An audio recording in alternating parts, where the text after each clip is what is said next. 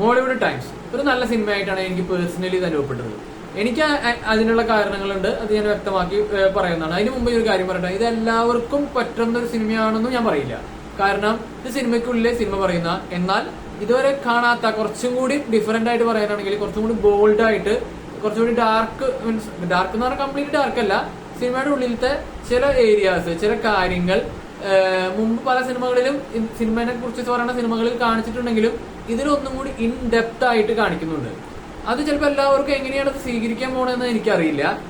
ഇത് ഞാൻ പറഞ്ഞില്ലേ, ഇതിൽ അവര് ക്യാപ്ഷനിലൊക്കെ പറഞ്ഞ പോലെ hate letter to Malayala cinema എന്ന് പറയണമെങ്കിൽ ഇത് ഈ സിനിമ പർട്ടിക്കുലർ സിനിമ ഒരു സിനിഫെയിൽസ് അല്ലെങ്കിൽ മലയാളികൾക്ക് അല്ലെങ്കിൽ സിനിമകൾ ഇഷ്ടപ്പെടുന്നവർക്ക് കാണാൻ പറ്റുന്ന സിനിമയാണ്. ഇനി ഞാൻ പറഞ്ഞില്ലേ, ഇത് എന്തുകൊണ്ട് കുറെ പേർക്ക് വർക്കാവാതിരിക്കാം. അത് ആദ്യം പറയാൻ ഉദ്ദേശിക്കുന്നത്, ഇത് നിങ്ങൾ ഉദ്ദേശിക്കുന്ന പോലെ ഒരു പഞ്ച് കിട്ടുന്ന അല്ലെങ്കിൽ കംപ്ലീറ്റ് കോമഡി ഉള്ള ഒരു പടമല്ല. അങ്ങനെ പ്രതീക്ഷിച്ച് പോയി കഴിഞ്ഞാൽ നിങ്ങൾക്ക് നിരാശ വരാം. കാരണം ഈ നസ്ലിൻ പ്രേമിൽ അങ്ങനത്തെ ഒരു ഹാങ് ഓവറിലാണ് നിങ്ങൾ ഇരിക്കണമെങ്കിൽ അത് ചിലപ്പോൾ നിങ്ങൾക്ക് നെഗറ്റീവായിട്ട് ബാധിക്കാം. പിന്നെ ഇതൊരു കംപ്ലീറ്റ്ലി ഒരു ഫൺ മോഡ് പാക്കേജ് ഉള്ള പടമായിട്ട് നിങ്ങൾ പ്രതീക്ഷിക്കരുത്, അങ്ങനെയല്ല. പക്ഷെ നിങ്ങളൊരു വെറൈറ്റി ഡിഫറെന്റ് മോഡിലുള്ള കുറച്ച് ക്രിയേറ്റീവ് ആയിട്ടുള്ള കുറച്ച് എഡിറ്റിംഗിൽ കുറച്ച് ടെക്നിക്സ് ഒക്കെ ഉപയോഗിക്കുന്ന, ടെക്നിക്കലി അത്യാവശ്യം ബ്രില്യന്റ് ആയിട്ടുള്ള, നല്ല BGM ഉള്ള, നല്ല പെർഫോമൻസ് ഉള്ള, സ്റ്റോറി ടെല്ലിംഗിൽ കുറച്ച് പുതിയ കാര്യങ്ങൾ പറയാൻ ശ്രമിക്കുന്ന ഒരു സിനിമ കാണാൻ നിങ്ങൾ ആഗ്രഹിക്കുകയാണെങ്കിൽ Mollywood Times is a perfect choice. ഇത് വർത്ത് ടൈം ആയിരിക്കും. കാരണം അതല്ലെങ്കിൽ നിങ്ങൾ എന്താണ് ഇതിൽ പ്രതീക്ഷിക്കുന്നത് അതനുസരിച്ചിരിക്കും നിങ്ങൾക്ക് ഇതിൽ നിന്ന് കിട്ടാൻ പോണ ഔട്ട്പുട്ട്.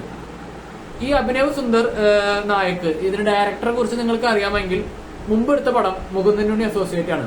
കംപ്ലീറ്റ്ലി അതുവരെ കാണാത്ത തരത്തിലുള്ള ഒരു ക്ലീഷേഴ്സ് ഒക്കെ ബ്രേക്ക് ചെയ്യുന്ന ഒരു വെറൈറ്റി ഡാർക്ക് കോമഡി ത്രില്ലർ ആയിരുന്നു അത്. അതേപോലെ അല്ല ഇതിൽ എടുത്തേക്കണത്. ഞാൻ നേരത്തെ പറഞ്ഞ പോലെ സിനിമക്കുള്ളിൽ സിനിമ വരുന്ന കഥകൾ റീസെന്റിൽ കുറെ വന്നിട്ടുണ്ടെങ്കിലും അതിലൊക്കെ പിടിക്കുന്ന ഒരു ജോണർ അല്ലെങ്കിൽ ഒരു വൈബ് അല്ല ഇതിൽ പിടിച്ചേക്കണത്. കുറേം കൂടി റിയലിസ്റ്റിക്, കുറേം കൂടി ബോൾഡ് ആയിട്ട് ഇതിൽ പിടിച്ചേക്കാണ്.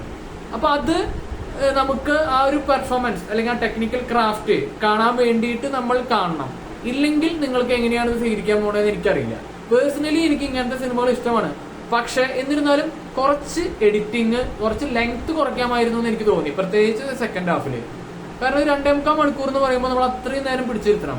അപ്പൊ എവിടെയെങ്കിലും അവിടെ ഇവിടെയൊക്കെ ഒരു ഇത് വന്നു കഴിഞ്ഞാൽ തന്നെ നമുക്കൊരു ഡ്രാഗ് ഫീൽ ചെയ്യും ചെറുതായിട്ട്. പക്ഷെ അവർ അവസാനത്തെ ഭാഗങ്ങളാകുമ്പോഴേക്കും പിക്കപ്പ് ഇത് വന്നു. പിന്നെ അതൊരു happy ending, usual happy ending പോലത്തെ ഒരു പടമാണെന്ന് എനിക്ക് തോന്നുന്നില്ല.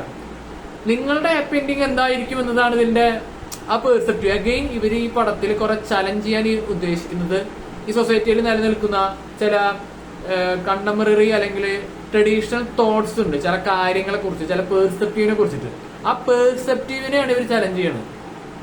കുറച്ച് ആശയങ്ങൾ, കുറച്ച് ഐഡിയോളജികൾ, കാര്യങ്ങൾ ഇവർ പങ്കുവയ്ക്കുന്നുണ്ട്. പേഴ്സണലി എനിക്ക് കുറെ കാര്യങ്ങൾ ഇത് റിലേറ്റ് ചെയ്യാൻ പറ്റുന്നതുകൊണ്ടായിരിക്കാം എനിക്കിത് കൂടുതൽ ഇഷ്ടപ്പെടുന്നത്. അപ്പോൾ ഞാൻ പറഞ്ഞില്ലേ, ഇത് പിന്നെ വേറൊരു സിനിമ എന്ന രീതിയിൽ നിങ്ങൾ സമീപിക്കുകയാണെങ്കിൽ നല്ല ടെക്നിക്കൽ ക്രാഫ്റ്റുള്ള പടം, ഡയറക്ഷനുള്ള പടം, പ്രത്യേകിച്ച് നസ്ലിന്റെ എനിക്ക് തോന്നുന്നത് നിങ്ങൾ കാണാത്ത കുറെ വ്യത്യസ്തങ്ങളായിട്ടുള്ള എക്സ്പ്രഷൻസും കുറെ ഭാവങ്ങളും ഉള്ള പടമാണ്. നസ്ലിന്റെ ഒരു വൺ ഓഫ് ദി ബെസ്റ്റ് എന്ന് വേണമെങ്കിൽ വിളിക്കാം. പിന്നെ സപ്പോർട്ടിംഗ് റോളില് സംഗീതം ഉണ്ട്. സംഗീതത്തിന്റെ റോളും കുറച്ച് ഡിഫറെന്റ് ആണ്, കണ്ടാൽ മനസ്സിലാവും. ഷറഫിന് റോൾ ശരിക്കും പറഞ്ഞു കഴിഞ്ഞാൽ സിമ്പിൾ ആയിട്ട് തോന്നും, പക്ഷെ സിമ്പിൾ അല്ല.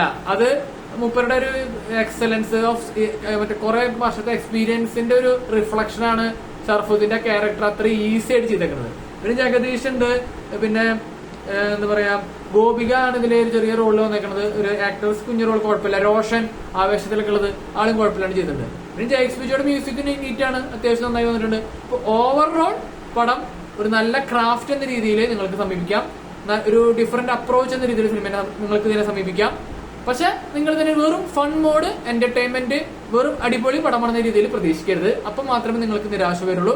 ഒരു നല്ല സിനിമ കാണുമെന്നുള്ള ആഗ്രഹത്തോടെ തിയേറ്ററിലേക്ക് പോയാൽ Mollywood times will satisfy U. Otherwise I don't know. For me എനിക്ക് ഇഷ്ടപ്പെട്ടു. നിങ്ങൾ കണ്ടു നോക്കുക. നിങ്ങളുടെ അഭിപ്രായം എന്തിനായാലും നിങ്ങൾ എന്റെ കമന്റ് സെക്ഷനിൽ പങ്കുവയ്ക്കുക. വീഡിയോ ഇഷ്ടപ്പെട്ടെങ്കിൽ ലൈക്ക് അടിക്കുക, കമന്റ് അടിക്കുക, സബ്സ്ക്രൈബ്, ഷെയർ ചെയ്യുക.